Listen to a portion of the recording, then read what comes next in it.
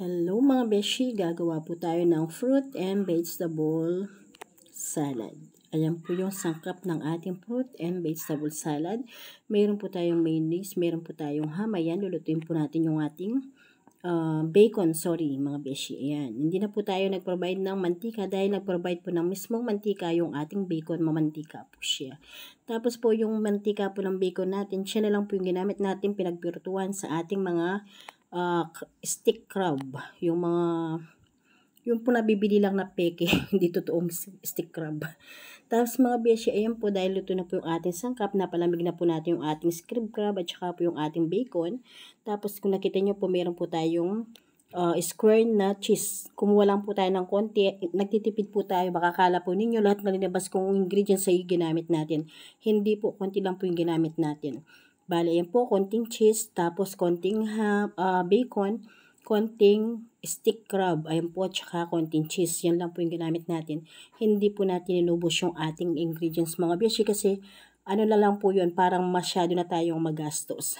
Kaya tipid-tipid lang po pag may time, ika nga nila. Tapos po yung malit na avocado, ginamit po natin lahat, tsaka po yung isang mangga, ayan. Yan po talagang ginamit po natin lahat, hindi naman po kasi pwedeng stock yan, masisira lang po. Kaya binus po natin lahat yung ating avocado at saka po yung ating mangga.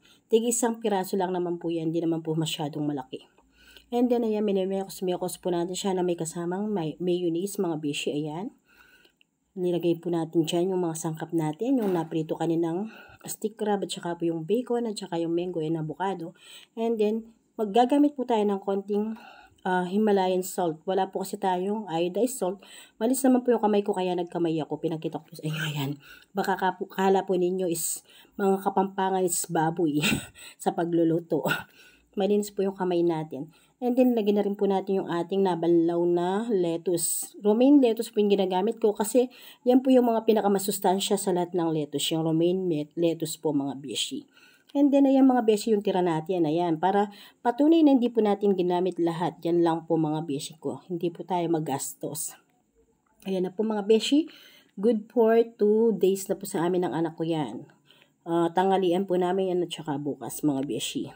Fruit and vegetable salad mga beshi.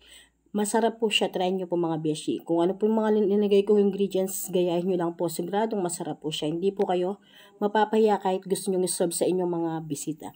Pasensya na po kayo mga beshi kung hinihingal ako dahil nga yung trangkaso ko. Inubo po ako, pasensya na po kayo. Pero paalis na po.